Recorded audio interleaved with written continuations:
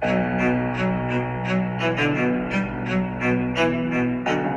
is it, people. This is what you've been waiting for. This is Everyday Celebrity Podcast.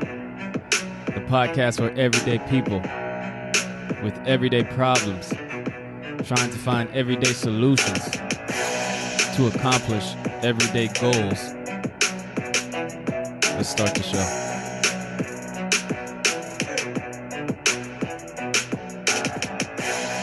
You. Welcome to another episode of Everyday Celebrity Podcast. It's Jordan Owandi as usual. Today we have a special guest in the house. Some might call her a hippie. Some might call her a jack of all trades. Some might call her a fashion designer. Some might call her an artist. Some might call her revolutionary. So I'm gonna let her decide what she wants to be called. AnnMarie Bustamante. Welcome to Everyday Celebrity. Oh, that's very nice. Bustamante. Bustamante. Yes. Okay.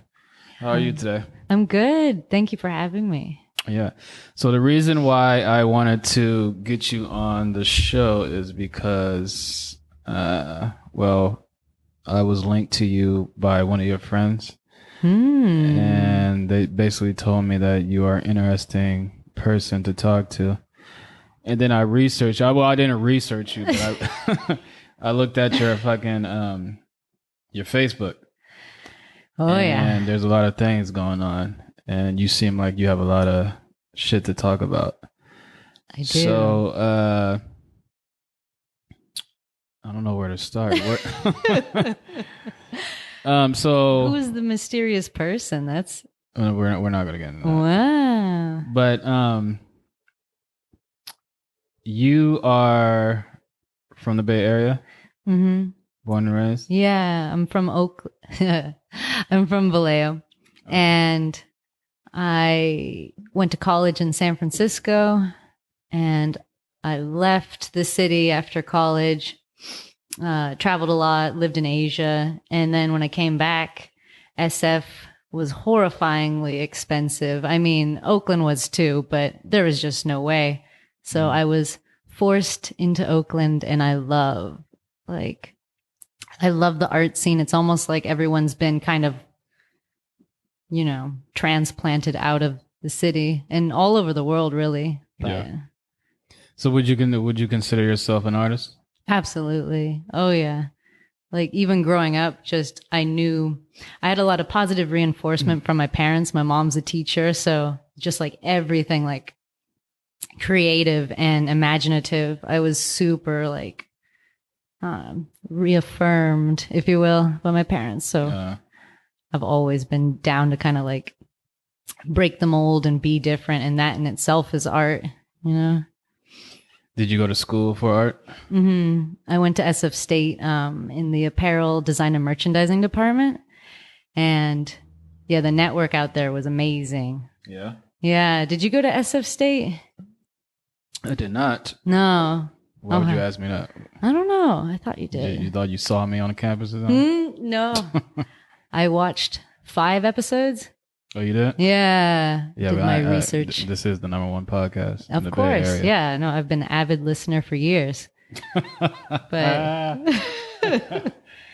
but no, I never went to SSD. I used to work there. Ah, that's what it was. Yeah. That sucks. I'm sorry. That might have been. No, we were very clean. We cleaned up when we left. No, you didn't clean. You did. Let's see if I can do. You did maintenance. Yeah. Still sorry. That's enough about me. So you graduated when? When did you graduate? I graduated in 2014. A lot of the art majors at SF State were impacted. So if you miss one class, like you're fucked. Yeah. Were you like strictly about business when you were in college, Not or were at you like all. a little wild child? Wild child, like very like Catholic raised. So Oh my god! I already know what type of girl you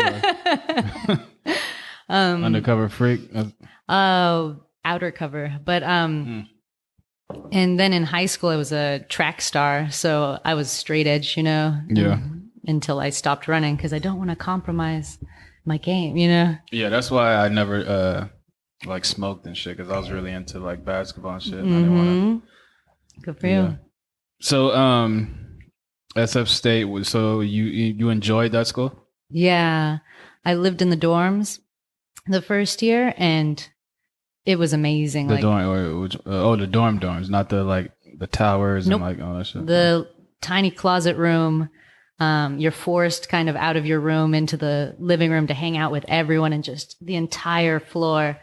It was beautiful because we kind of had rivalries between the different floors. And the best part, besides like the entire floor would go out to parties together and come back and like all different types of people.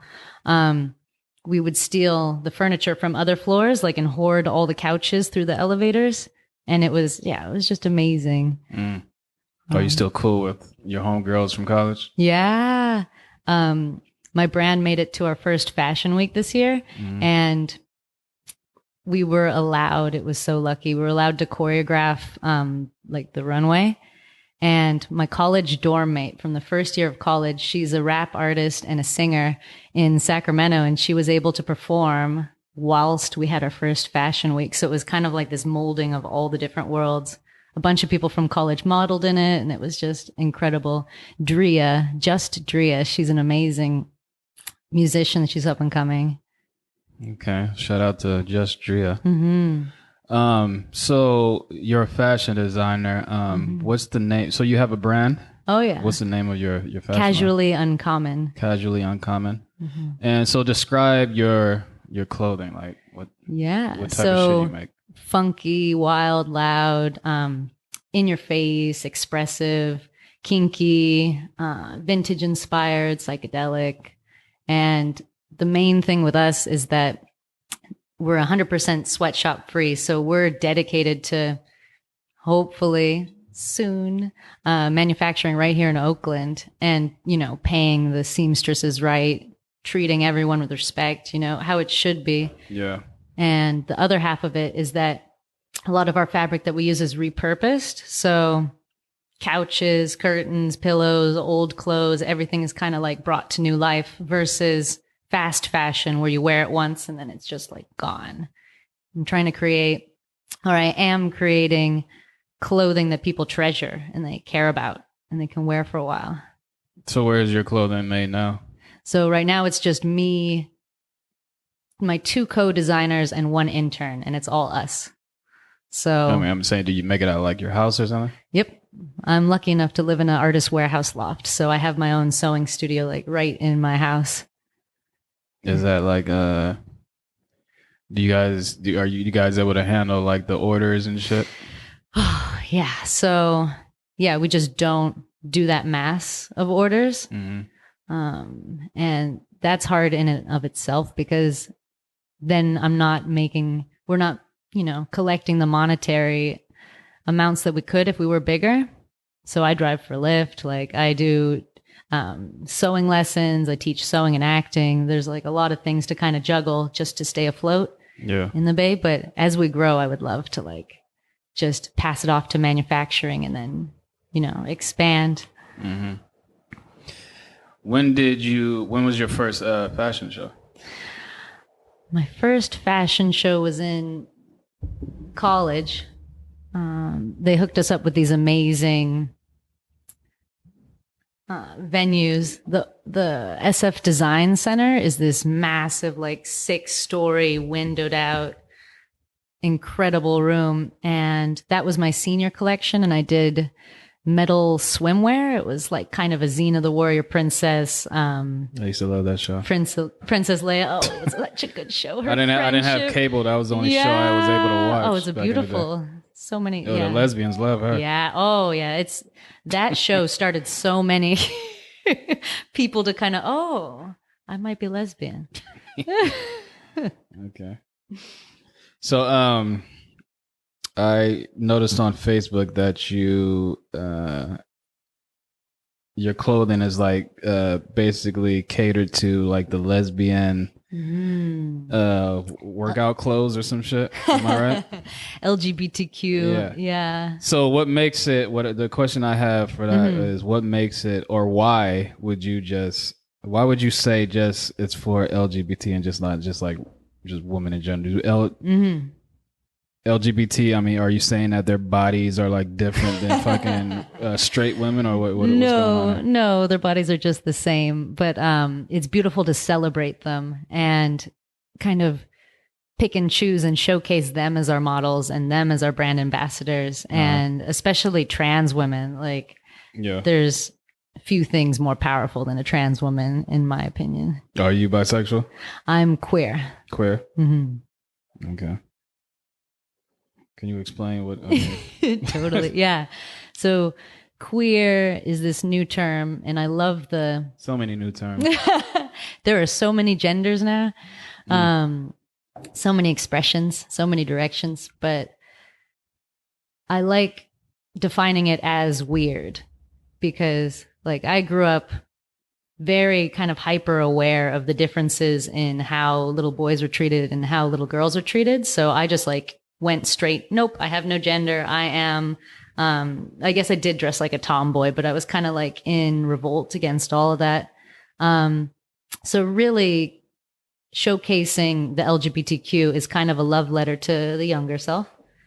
But queer is, I don't care what gender you are the same, you're gorgeous. And I like the different genders for different reasons. And there's so many sexuality is a spectrum. And I do think that gender, it's going to be crazy in 20, 50 years when when people are marrying cats and shit, fucking dogs, and it's normal. Well, if you're talking about furries, or the proper term is upright. Have you ever heard that? No. They call themselves uprights because furry is demeaning. I have a cousin who's a furry. What the fuck is a furry? People who have sex with animals? So they themselves identify as animals. See, now some shit is just getting out of control. So I think that's better than bestiality. Bestiality, unless you have an animal that can consent, it's like.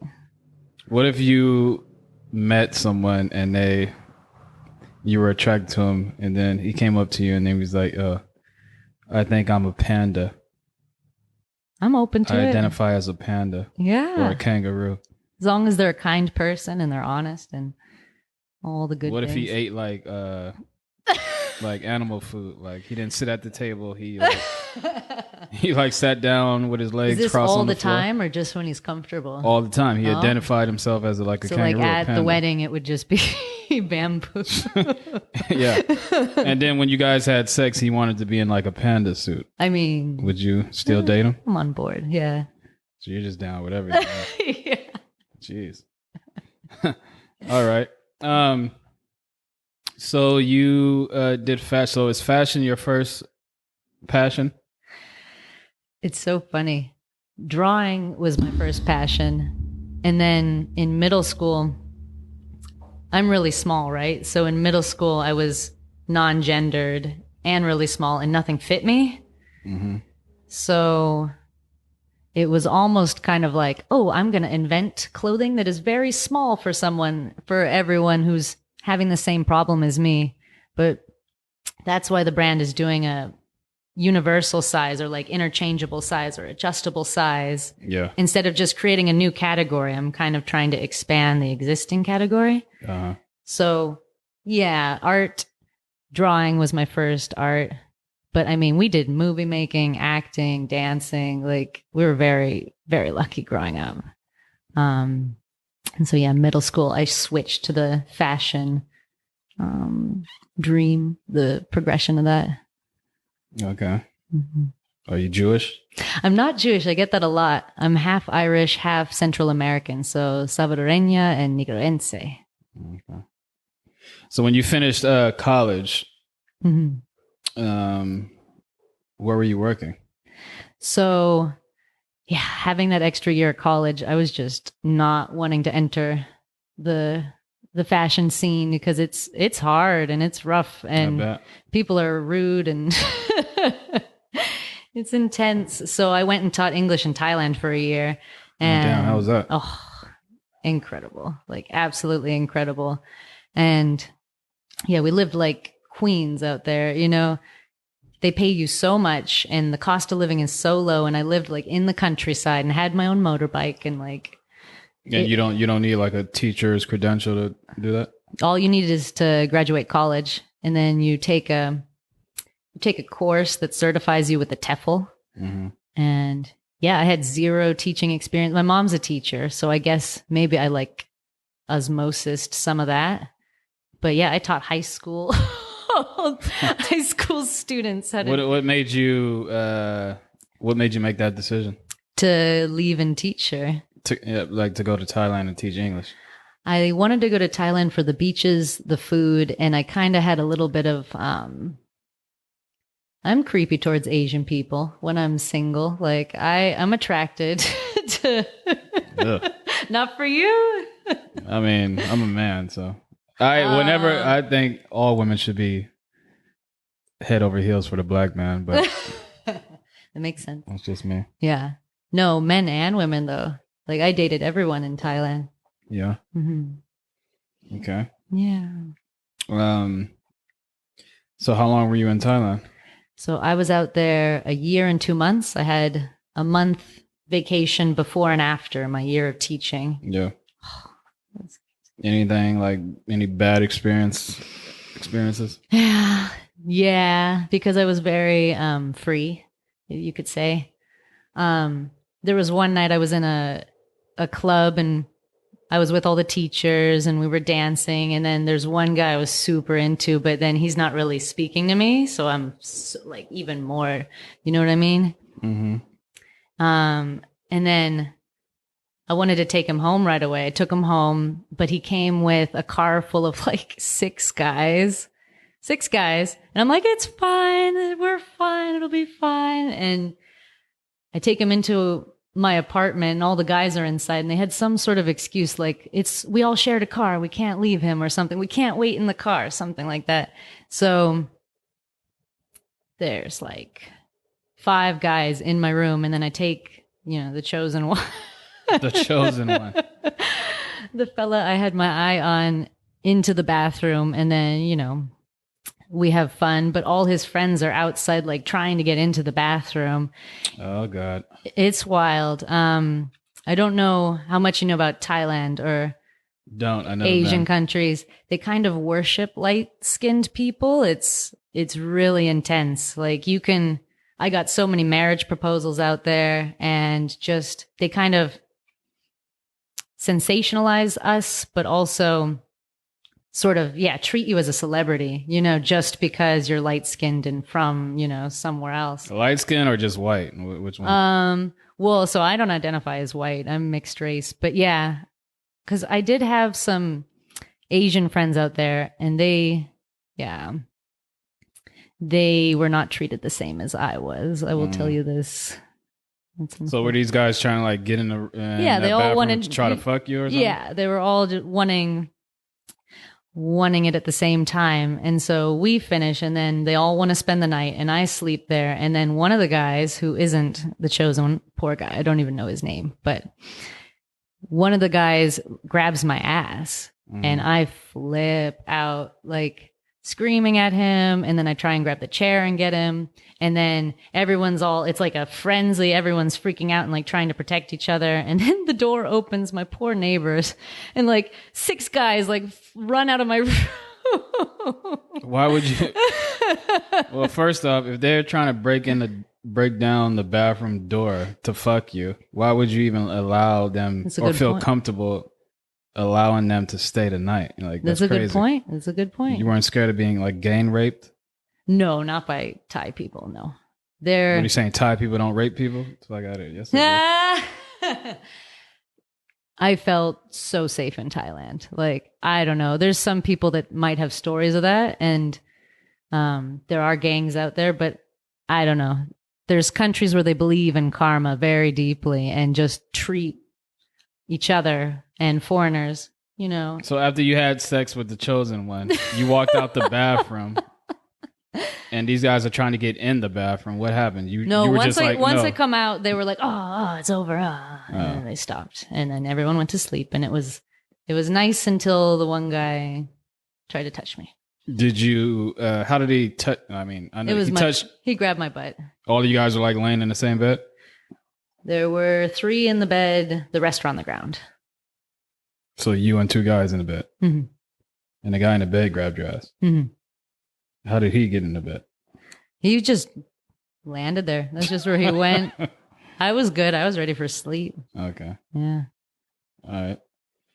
Did you ever see that one guy again? Nope. No, it was just like they all like was he a teacher? left in a flurry. No, he was just someone from the club. Okay. Yeah. Thailand as well, huh? What part of Thailand? I lived in Phetchabun, which is in the north. So like national park, just stunning. Yeah, I want to go to Thailand. You will. I plan on going in November. Yes. If all this virus shit is over. Tickets should be cheap. Oh, yeah. Yeah, I hope they're cheap. So you came, your little stint in Thailand was over. You came back to the U.S. Or did you like travel around after that? Yeah, after Thailand, I did Asia a little bit. And then I have family friends in Palestine. So I was able to see the Holy Land. And we actually did a photo shoot out there. It was amazing. Yeah. Yeah, like models who don't speak English, Yemenis. And there was one from Syria. So I don't know if you follow modeling at all. But I don't. The best, I think, are like when there's a lot of emotion in the face. It's not just like hot banging bodies. It's like a story. Yeah. And you could feel the depth in this woman. I'll have to show you the pictures after this, but she like had this deep sadness from being, her family expelled from Syria and living in Palestine now and not really accepted into Israel. It's crazy. What was the photo shoot for? Like your clothing? Yeah, I did evening wear. Okay. Yeah. All right. So you traveled around, and when you came back to the States, did you have a plan, or you were just like, man, yeah, just gonna float? Yeah, the plan was to get internships and work retail, and then slowly work my way up. But I can't stand retail. Like, it's not. What the fuck? Yeah, no. 19-year-old, only 19-year-olds like retail. Yeah, it's rough. I'm the type of person, if I'm not doing something like full speed or like, staying busy and feeling productive, then I just like kind of lose it. So I worked in bridal, which was hilarious and really fun. But there was a lot of us just waiting for brides to arrive, and I can't. No, I can't. You seem like you get the vibe like you don't believe in marriage. Is that true? I believe in marriage. Yeah. So I had 7 years that I was single, and I am a huge the best years of your life. Each year gets better and better. But I'm a huge advocate of women, and I guess everyone, all the identifiers, really finding yourself and knowing who you are and exploring every single possible potential piece of you before feeling complete in that, and then moving on to romancing someone seriously if you choose. Yeah, I've thought of like writing a book about my sexcapades, but like tying in some deep messages and like the Catholic childhood and all of it. So. You do seem like you would be very good to have sex with for some reason. That's very nice. Thanks. It seems like you would like stop in the middle of like before you have an orgasm, and then stop, and then like do some like spiritual shit, and then be like, okay, now it's time for the orgasm. It's important. Magic is key. Yeah. So this tiny this tiny house thing. What's going on with this? Explain this. Yeah. Oh, it's. Well, I mean, like explain it to the people. Give me the whole story, like from the beginning. From the beginning. Yes. Okay, so it started in November, and it's crazy. I decided that I wanted the brand to be able to offer just gigs or jobs for unhoused people. And the first person that Are you saying like homeless people? Yeah, unhoused people, houseless. Yeah. And the first person that we offered a job to, he did catering for one of our photo shoots, and it was amazing. It was like Italian. It was perfect. And fast forward to a couple months ago, he got in a car accident, and then I ended up in phone conversation with his daughter and sort of pointing her in the way of resources and, you know, helping her out emotionally and all this. Turns out, not only did we go to the same high school, but she was in track with me and she ran with me every single day for 2 years, like 6 miles every day. We'd just be running and talking, you know. Her dad was this unhoused man. And so the first person, it's kind of like a stars are aligned feeling. The first person that we helped is super connected to me without me even knowing that. It's almost like everyone that I help, we're all together. We're all connected. It's this beautiful and moving thing. But he's okay. He was in a car accident. He's okay. And he's getting released this week. And hopefully we can help him out with, if not a up to code tiny home, but Burning Man style hexayurt. But yeah, this started, I'm deeply involved in like housing politics and tenants' rights. And there's a thread on TANK, Tenants and Neighborhood Council, for unhoused aid. And I was in there a little bit getting to know them. And this COVID thing happened. And usually I make most of my money driving Lyft. So I drive like everywhere all day. And because things were slowing down, I was only making like $4 an hour, you know? So same thing. I needed to feel productive. I needed to have worth. So I just posted online. What it was there was a homelessness town hall, and I went to different encampments and I was meeting people and saying, hey, does anyone want to come? I'll drive you to the town hall so you can give the mayor a piece of your mind, kind of thing. And only one unhoused person was into it. And he's Bill. He's our neighbor who comes every day to the dumpster to get the bottles and the Vulcan lofts. We like take care of him. We feed him and all of that. But anyways, I am going to the different encampments and meeting people and figuring out, I would just like write down lists of what they need. And so I got to know them. And eventually I got connected with Nita, the founder of The Village. Have you ever heard of The Village? No. It's incredible. So they're a grassroots org and a pre-nonprofit, and they're out of this world. Not only did she implement 27 encampments in Oakland, like she found the land, brought people there and helped them self-govern themselves, but she is like co-governing all of them all at once and brings them tiny homes once like enough time has passed and they kind of prove their worth to her. And so we got linked up and she got us connected with 12 families to receive the first tiny homes. We randomly decided to do tiny homes because I was just doing aid, and there's a lot of people in my building who are artists.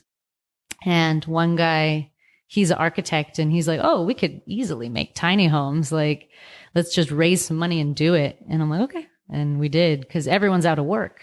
Like, we're all artists. We're not, like, the entertainment industry is cut, you know. The Lyft is not happening. There's a lot of musicians, set builders. There's a set builder union at my building. So they're all just passing their time making these homes. So when you create a tiny home, like, can you just put a fucking tiny home anywhere you want? It's really cool. So there's a rhyme and reason to it. Anything that's non-Oakland land, which is anything under the freeway, like freeway overpasses, and between the Caltrain and the BART tracks on this chunk of Oakland going down from west to east, kind of near Alameda, a lot of unclaimed parcels exist. So if you put up to code or even just ordinary shelters or tiny homes there, the police cannot mess with them. So Nita has found this out and is just she's on it about placing people, and it's beautiful. How do you go about finding out what land is free and not or not? She looks it up online, and there's certain websites you can use, but I think, yeah, state land is up for grab, Caltrain land, all of that is fine because the state never really gets involved in Oakland politics in that way. Mm-hmm. Like if you're in a public city park, then the police will likely come and like relocate you and steal all your stuff. But yeah, the state never does anything, according to her. So you guys make these houses, right? Mm-hmm. And then you find a place to put them. Mm-hmm. How do you choose the person who gets the house? Yeah, so we left it up to Nita. She has people who've been on a long list for a while, and the priority goes to women and elderly people. Mm-hmm. Yeah. Okay. So this whole COVID-19 shit is going on, right? So what do you feel about, because you know how Gavin Newsom has all these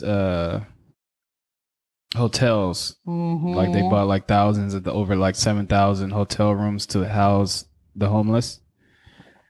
Yeah. And then there's a shit ton of homeless people who refuse to go to these hotels. Oh. How do you feel about that?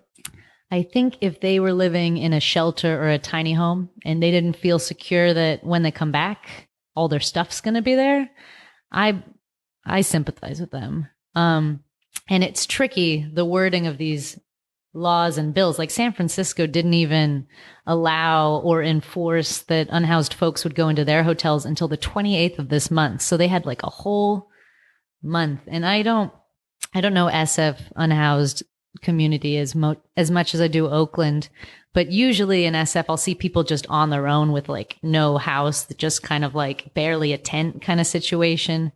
So I think they would need it much more than the Oakland. I mean, there's definitely high risk people or like elders out here, you know? Mm. And yeah, only a few of them are getting let in the hotels, and it's like, well, let me play devil's advocate and say, yeah. Let's say for the people who tell you this, mm-hmm. Okay, we're giving you've been homeless, right? For like months and months and months. You're living on the street, you're dirty, you stink, you never took a shower, mm-hmm. blah, blah, blah. We're offering you a hotel room with a nice bed instead of you laying on the concrete, covers, warmth, mm-hmm. food. And you refuse it because you don't want to leave behind your tent full of like basically shit, mm-hmm. like a bunch of stuff that you just found on the street that you're just hoarding. So when people say that, you say what? I would say, give me a moment. Because honestly, there mm-hmm. are, even before this shit even happened, mm-hmm. there's a lot of homeless programs out there that get homeless people off the street, mm-hmm. blah, blah, blah, but a lot in shelters. Yeah. But homeless people, there's a shit ton of homeless people that refuse the help because those programs have rules. Like, and the number one rule is you can't be in this shelter and do drugs. And a lot of these motherfuckers don't want to go to the shelter because they want to stay on the street and do drugs. Mm-hmm. Well, I would say if it's fair for a rich person to do drugs, like why can't the unhoused do it? Like who are we to say? I mean, there's a lot of mental illness and there's a lot of drug abuse and trauma. They all go hand in hand. You can't compare. I mean, you can compare, but you can't put mental illness on every homeless person who does drugs. There's a lot of people mm-hmm. who are homeless who just do drugs just to do it. They're not mentally ill whatsoever. Yeah. But addiction is an illness, I think. Okay. Yeah. But it's also like, okay, so after the hotels, what's the plan? You know, they're not going to live there forever. I had a passenger from the Philippines, and before the COVID thing, I would just like talk about homelessness all the time because I was just exciting that everything was happening. And he said in the Philippines, in Manila, in one of the most populous places in the world, the government just bought this massive apartment complex. And instead of having, I'm sure they had like, therapists and job training and such, but instead of having the intense rules, it was kind of like a housing first plan where not only are they renting these super affordable places, but they own them. So we're giving them that dignity. We're giving them a chance to like feel sound, I think that would do really well here, because you heard that for every homeless person, there's 4 vacant houses that are just sitting and they're waiting for the price to go up. I'm happy that I'm not happy that the COVID stuff is happening, but it is cool that the housing bubble has finally burst. We've been waiting a long time. Yeah. So I'm hoping that that, and then with the Tenants Opportunity to Purchase Act brought by Moms for Housing, with that, if a landlord sells their building, instead of them trying to flip it, they have to offer it at market value to the tenants. So that, I think, if we can keep that, there's a lot of opposition, namely the person that owns this building, but and my building too. It's not just you; it's all of us. There's like 30 buildings, but we'll get into that later. Yeah, once the tenants are in less fear of being displaced, I think homelessness is going to go way down. Like that's the majority of Oakland. You ask them, they're Oakland natives. Like they're not, like San Francisco where they're shuttled on a bus from somewhere else. Yeah. A lot of them were here and had housing and just shit went wrong. Have you ever visited a homeless encampment? Oh yeah. The first tiny home space, I got very close with all of them, and oh, it's so cool. I'm part of this. It's a mask making charity called Masquerade Masks. And the founder, she kind of talked with me and dissected my dreams for fashion and my brand. One of the dreams is to be able to pay unhoused people to model the clothes and like pay them like as if they're supermodels, like treat them right, give them that kind of boost of confidence, and also have that on their portfolio and resume so they can just keep going. So Kai, who is a Hawaiian unhoused tenant of King's Landing, the first encampment that we served, he is going to model. King's Landing. It's not the Game of Thrones. No, it's named after it though. All right, that was stupid. Whatever. Keep going. Yeah. So I was so excited that morning where I could like go up and tell him, "Hey, I've actually got a job for you," because I'd promised, like, the whole concept of what we're doing, apart from the first 12 tiny homes, is to find who is artist, who has the talent, and how can we like help you grow in the same way that like we understand marketing or trade or service industry and like plug you into our networks. Because if they have that hope, it's such a different trajectory. So when you talk to these homeless people, what do you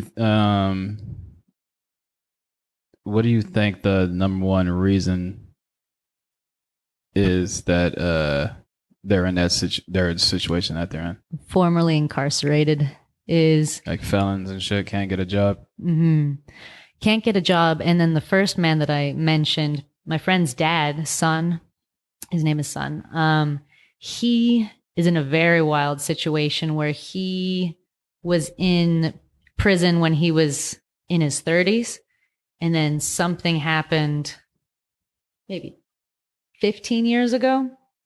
And he's an immigrant. He's from Vietnam. He's lived here probably 40 years. Once you have that, it might have been his third strike. I don't know how many strikes. But once the government decides that we don't want you in our country anymore, they just strip you of your citizenship. So not only is he formerly incarcerated, but he doesn't have, like, he has Social Security, but he doesn't have a green card. So most jobs, like... How the fuck is that possible? Yeah, it's crazy. When you go to jail, they give you Social Security. In America? Mm-hmm. Okay. Yeah, loophole, but still fucked up. All right. Yeah. So, and then his other option, right, would be go back to Vietnam. Nope, the country won't take him. So he's kind of in this just floating. But didn't they change the law where you're not allowed to ask on an application, are you a felon or not? Did they? I think so. Oh, that would be great. Yeah, that law has been passed I think 2 years ago. Oh, sweet. That's good. I don't know. Don't quote me on that, but I'm pretty sure that they changed that where you are not allowed to ask how you. I think it depends on the job, like federal, I would imagine still. Because when the shelter in place happened, I applied for 10 jobs, 7 jobs in one day. No, but I do remember checking that I've never gone to prison. So I think maybe I could have withheld that information and said no. Probably could have. But they can choose that as a reason not to hire you, you know? Well, then you have a lawsuit on your hands. Oh, but if you have money and time, yeah, that's a lot. I guess. Yeah. So, you worked with a lot of homeless people. You have this whole tiny house thing, and you're currently building that tiny house. Did you finish this tiny house? Number 2. So number 1 is finished. We have to go back and fix her lock because someone messed with it. And she's going to paint Starry Night on the front of it. Who are the people you are working with to build these tiny houses? It's just people from my building. The village has some very skilled builder volunteers. The one guy was a physics professor at Laney College. The other guy was a tiny home class professor, you know. So they have the plans. And then our builders, they're like carpenters of all levels, mostly set builders, you know, for Live Nation and stuff like that. But I've lost my train of thought. So when you build these tiny houses, do you fucking put stoves? What goes in the house? I wish. So each tiny home is around $1,500. It's just 4 walls and a roof. That's it. It's nothing inside. So yeah, there's nothing inside. They have their own furniture, but there's either 2 windows and 1 door, or 2 doors and 1 window, because that's the fire code. And it has the nice roof, the sheetrock inside. It's usually raised. Yeah, they have to be raised up on a platform for it to be up to code because the rats. And yeah, locking door. And then I keep a key of all of them just in case. Have you ever thought about living in one of these tiny houses that you're building? Not in an encampment, but there's, my friend proposed this the other day. Apparently it's free if you're on a boat in certain areas of the bay. So he was thinking about getting a giant aircraft carrier size boat and then creating a little intentional village on top of it. I'm gonna just stop you there. That shit would never happen. No. An aircraft carrier? In Vallejo it would. In Vallejo they have all those boats just sitting there. No one does anything. In the Carquinez Strait. I don't think you realize how big an aircraft carrier is. That's true, you're right. Okay. And the fact that you would never be able to buy an aircraft carrier. Yeah, so, not a healthy one, not one that's not even a healthy one. You would never be able to buy an so I'm just going to ruin your plan right now. You would never be able to buy. It would be cheaper than buying land. Well, actually land's not terrible. No way. Really? An aircraft carrier? If you have 30 people. Do you know what an aircraft carrier is? It's for airplanes. Yeah. Super wide. Them shits are billions and billions of dollars just to build. Dang. Well, no, not build. We wouldn't build. But you're saying it would be more expensive. What if they have an old sitting one that no one's using? No. They're trying to get the old sitting ones, they sell to China and other countries. Yeah, they can deconstruct it. Yeah. So sad. Don't think about that anymore.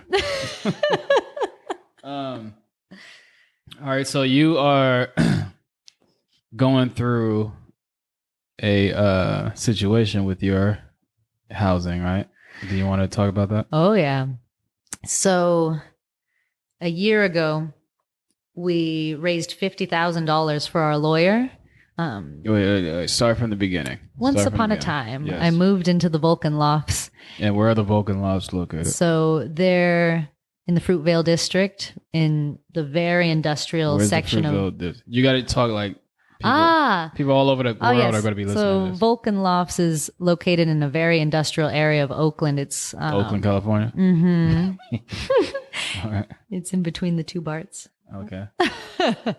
But Yeah, slumlord landlords, they won't fix anything. They're harassing people to leave. What they were trying to do is sell our building, and then it needs roofing repairs that they Who would. owns the building? John Protopopis of Madison Park Financial. What's his name again? John Protopopis. John Protopopis? Mm-hmm. Okay. Yes, he used to be a musician, and now Really? he owns. And he owns what? He owns Madison Park Financial, so it's 30 properties between here and Oregon, and they make a profit of $2 million a month.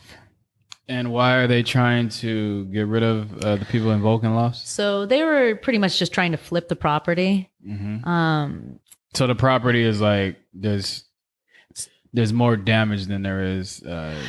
So yeah, there's a $4 million roofing repair job that and they don't want to pay that. Right, so they're trying to sell the building. Okay. On Zillow. And they can't sell the building with residents inside, right? So, and with an active rent control case, they can't sell it, and no one's going to buy it. That building is rent controlled? We are pre-rent control, so we're in court proceedings. Who knows when the courts will open back up, but we have 2 more court cases until we know whether or not we're rent control. So is the landlord like sending you guys like letters offering you guys like I'll pay you this amount to move out? They were going to get to that level, but you have to sell it first. Once the building is sold, then they buy you out, and people can choose whether or not. I thought it was like the other way around, like because no one wants to buy a building and go through the hassle trying to get. Oh, I see what you're saying. And trying to get people out. So landlords will rather offer you money to move out so they can have an empty building because no one wants to buy a building than deal with the hassle of trying to get people out. Yeah. So that's when we started our rent control case.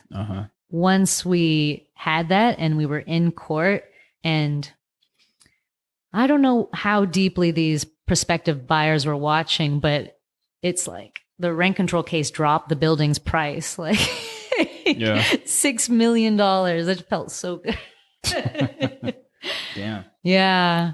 But like mentally unstable property managers, just terrible tactics. And as it was listed on Zillow for $17 million, they wrote in there, "We have found a way for when you buy it, you can pass the $4 million roofing repair onto the tenants, and it's kosher, it's legal, yeah. I mean, it's fine." They can't do that, right? Because it's considered renovation. Yeah, renovation. Damn. Whenever there's something that's going on with the building, they can the landlord can basically he would pay for the roof to get fixed, and then he can raise the price of the rent to pay for that roof to get fixed. Because it's considered renovation. That it's considered helping the building. That's basically helping the tenants. Yeah. So yeah, there's all types of ways they can do that.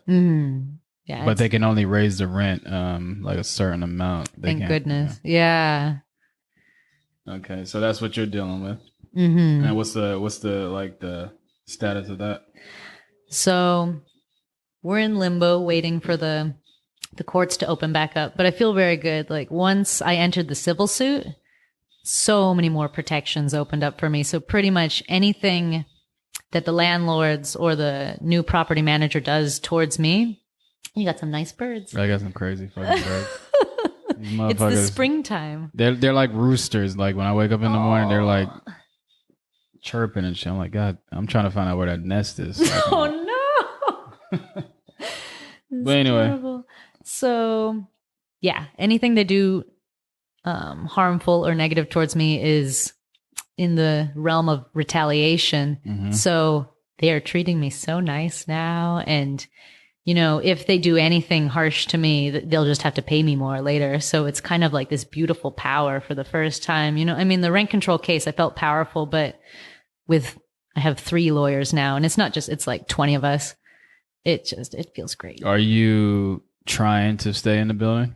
Yeah, I want to stay there until I own property somewhere. It's incredibly affordable, and how much do you pay? So I share a room with my partner, and I pay $570 a month, and it's gorgeous. And it's a loft. It's huge, yeah. So we have like a living room downstairs, and then we have a bedroom upstairs, and so he has his kind of office over here, and then I have my sewing studio. And yeah, It's And you pay 5. That's your half, and he pays the same. yeah. And there's a lot of struggling artists in the building, so it's crucial that we keep this, because without this, they're going to get displaced like everyone else. Yeah. Yeah, that's crazy. So you're like the ringleader of the building? I'm not the ringleader. I'm the ringleader of the tiny houses and the ringleader of being angry at the landlords. But there were a lot of people that worked on the GoFundMe and kind of advocated for each other and taught everyone now. But now there's a huge tenants organizing uprising because of COVID and all the protections that we have, and that partner. Yeah, I wanted to ask you. I mean, are you guys paying rent? Nope. So you haven't paid rent for this month? No, I can't afford. I'm not. No, I'm saying, but is it? I don't know what the law is right now. Is the law in the Bay Area where if you are affected by COVID, then. And anyone can say they're affected by COVID, right? Yes. And then you don't have to prove that until they take you to eviction court. So we have people striking in solidarity. We have people who straight just can't. I'm still waiting for unemployment and I haven't got my stimulus, There are people that are struggling really hard. And should we buy food or should we pay our rent? Yeah. Yeah. Well, didn't they make it a law to where a rent freeze? What I'm hoping is that the governor creates full rent forgiveness for the entire year. And this is possible. It's been proposed. So rent forgiveness I don't think that's going to happen. And mortgage forgiveness. Of course not, because people want their money. Yeah, because first of all, I'm play devil's advocate again. Yeah. So you don't pay rent, but what about the people who own the building? They still have to pay rent on the building and property tax. Not if the mortgage is frozen. And property tax, yes, they do have to pay that. Yeah, so unless you're gonna like freeze everything, I don't think that's gonna happen. Yeah. Okay, you can't sit here and say it's against the law to charge the renters rent, but then turn around and say, oh, but you still have to pay your mortgage every month for owning the property. No, if you're gonna say the renters don't have to pay rent, then you got to say I don't have to pay my mortgage and I don't have to pay my property tax. Now, if all of those things happen, then that's fine. But you can't have one without the other. That's unfair. Is it unfair? If you look at the socioeconomic status of renters versus property owners, but still, it's completely different. I own a building, and I'm not saying no. I don't own it. I'm just being devil's advocate. If I own a building, yes, right, and you're renting a space in my building, this COVID thing happens, right? Yeah. It's not my fault the COVID thing happens. Obviously, it's like something that we can't control. Now, the government says, okay, since you rent, you don't have to pay rent. Okay, so you don't have to pay rent, but I still have to pay the mortgage. I still have to pay the fucking utility bills on the building. Blah, blah, blah. So how can you say, oh, this person doesn't have to pay rent, but I still have to pay all this? You don't think that's unfair? The majority of mortgages are frozen. It depends. And I thought it was 100%, but it's not true. There's certain companies and certain banks that aren't freezing mortgages right now. But the majority of California, they don't have to pay anything. So why would we pay them rent if they don't have to pay mortgages? I understand the taxes, but I'm sure there's going to be like, check this box if COVID has affected your business. You know.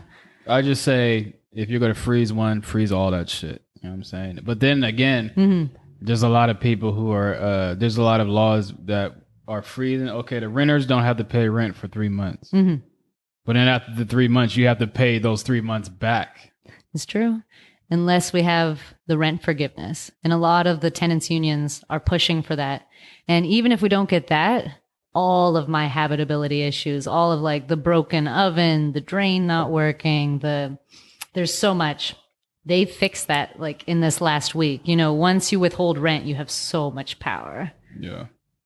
What would you say if your landlord said, oh, you can live here for a year for free, but you just gotta like get that pussy up? No, I'm gonna live here for free anyway. Yeah. But I heard a lot of landlords are doing that. Have you heard Are that? you serious? Yeah, you don't read the news. Like, there's a lot of landlords who are like saying, "Yo, you gotta give me that pussy. If you ain't paying rent, you gotta give me that pussy." There's a lot of articles. No. So it's going crazy. In California? No, in New York. Oh, well, New York's a shit show right now. Of course. But yeah. Yeah, I'm thinking about I'm not gonna talk about me. My situation. No. I'm good. You got a rent strike. Join us. Madison Park Tenants Union. I know you just moved here and you don't have any grievances. You're a hard sell. But I'll talk to your neighbors. Do you know your manager, your building manager? Yeah, Danny. Danny's chill. Oh. So he's not like, oh, you guys, he's not like knocking on your guys' door like, oh, where's the rent and all that shit? No, and they legally can't. But like I said, I have extra protections because of the civil suit. So they do harass other tenants. So what do you think is going to happen in the near future with the housing and COVID-19? Yeah. Like I said, I'm just going to keep manifesting 1 year rent forgiveness for everyone who lost their job or couldn't work because of COVID.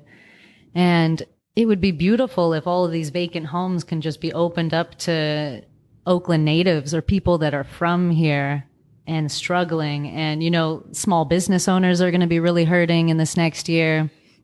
The people that make Oakland real is like, they're the ones we need to protect.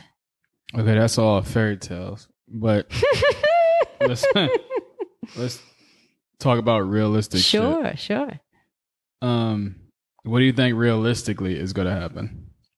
I am going to manifest that we have rent forgiveness. No, that is realistic. We can happen it. You say it and it'll come. I do that all the time. I did that for the tiny houses. Greedy people, capitalists, and all that. It's all about money. Like, so what do you really think is going to happen? I do think that one will really happen. But the rest of us, at the least, like glass lowest half full, we will get all of our habitability issues sorted. And we're going to have this massive network of all the tenants of this major company connected now. So if we have any kind of grievances, like any tenant, you know, gets messed with by the landlord, we will all be there to protect them. And the best part about it is you add a middle person now, right? It's not a tenant talking to the landlord directly. It's like we, as the tenant union, will speak for this tenant. You're not talking to them. You will go through us. Is there first. A tenant union, or is this something that you want to create? No, it's happening. It's in it. We have 3 buildings, and we're happy to have more when you join us. What are the 3 buildings? It's 4001. I'm not going to say the address of mine, but the Vulcan Lofts. And there's one called the Bakery. It used to be this massive, I wonder if it's this one. Do you know what type of factory this was? All I know is it's in West Oakland. This was a old lighting factory. They used to do lights for like cars and shit. Ours was a steel mill. Yeah. So yours looks healthier than ours. Nice floors. Yeah. Mm-hmm. So where do you see yourself in the next 5 years? Seems like forever, but let's say where do you see yourself in the next 2 years? 2 years. Manufacturing in Oakland. Mm-hmm. I've helped at least 100 unhoused artists like get their footing. Like they can have renting apartments or, you know, like stable 40-hour-a-week jobs. What else? I will have 1 rent control with my building. I will have 1 the civil suit and then another civil suit with Lyft because they don't pay us right. You know, independent contractors, all that. Yeah. And yeah, I want my hair to be down longer. Longer. I want to go like to the buns. Okay. Mm-hmm. Like full hippie formation, and the car will be paid off. I'll have some savings, and then maybe like travel to Nicaragua. Hopefully the political unrest goes in a better direction right now. We'll see. Now, out of all of those things, which one do you realistically think is going to happen? All of them. All of them? Yeah, definitely. Okay. You never done that? You've never like manifested something, just said say it and then will it. Yeah, but when I manifest, when I say something, it's like I say realistic shit. I'm not one of those person. Oh, I want to one of those kids who are like in high school. I want to be a doctor when I grow up, but I get D's and I get D's in high school and shit. Like, no, I'm not. That's real. I'm not gonna. I'm a realist. Like, I'm not gonna say I want to be a doctor if I'm not getting good grades. You know what I'm saying? Yeah, totally. I'm not gonna say it takes a lot of work. I'm not gonna say I want to be a professional athlete, but I suck at basketball. Like, I stick to like facts and like. Yeah, totally. No, I think all these things will happen. That's good. Mm-hmm. That's good. So what else are you like working on right now? So I'm very lucky to have linked up with Fantastic Negrito. I don't know if you've ever heard of him. The name sounds familiar, but enlighten me. Of course. I consider him to be like he's an artist, right? He's a musician. Yeah, I think I saw him at the Black Joy Parade. Oh, good. He's like a Spanish. No, he's he can, well, long story. He's he's black, but his dad is from Africa. So it's a little different, culturized. And he had like 12 siblings growing up, and he grew up in Oakland and Berkeley.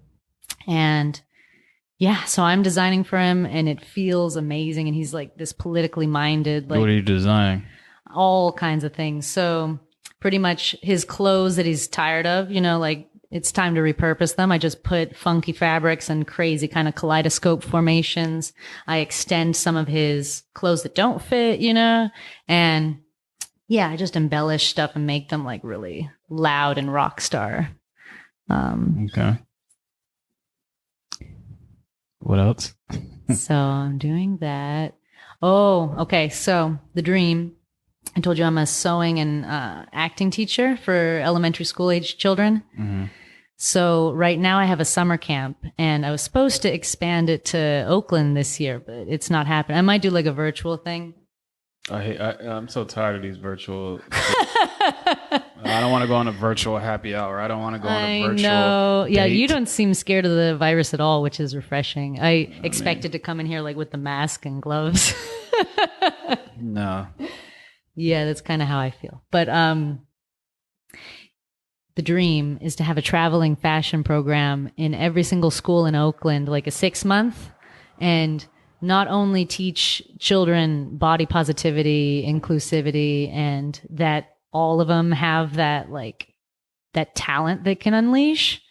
We're going to make them amazing seamstresses, like all seamstresses and tailors, all on the sewing machine. Like we have kindergartners who can do the sewing machine, make couture hand sewn dresses. It's just like, and when they do a runway, it's something else. Like to have the shy kid or, the slow to warm up kid feeling themselves on the runway. It's magic. Okay. Well, you have a lot of shit going on. This is the point where you can like promote, just promote whatever you want to promote. Like if you want to give out your like email, or if you want to give out your Instagram, if you want to give out your website, if you want to tell the people, the thousands and thousands of people who are going to listen to this, how to reach you around the world. Yeah, how to reach you, keep in contact with you, support your tiny house cause. Mm-hmm.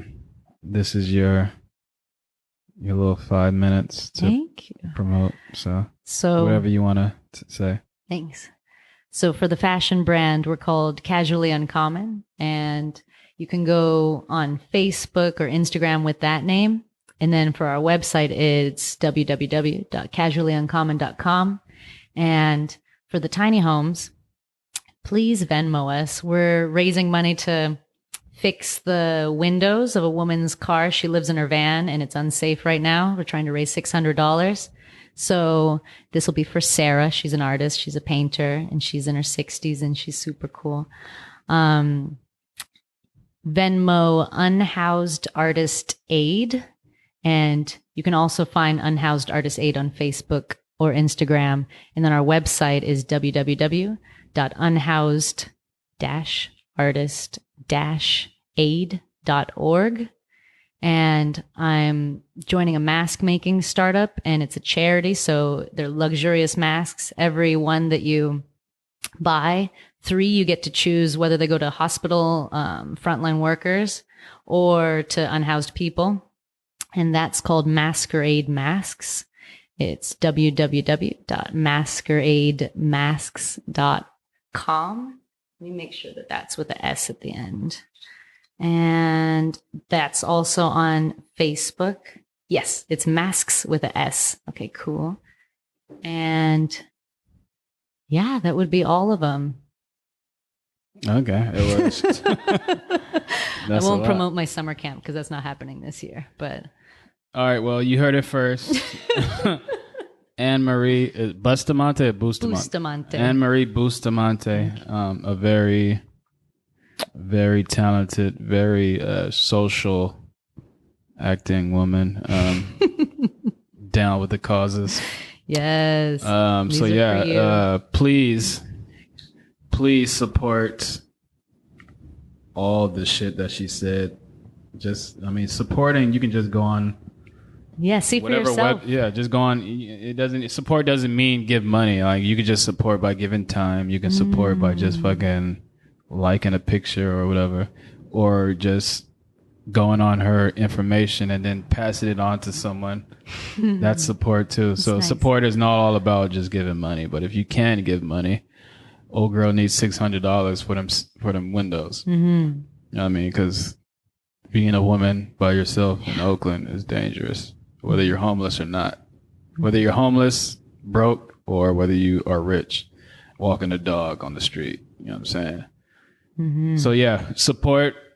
And thank you, AnnMarie, for gracing me with your presence. I enjoyed this anytime. Talk. Yeah, thank you. And yeah, let's keep in touch. Let's do some things. Yes. All right. This is Everyday Celebrity. We are out. You.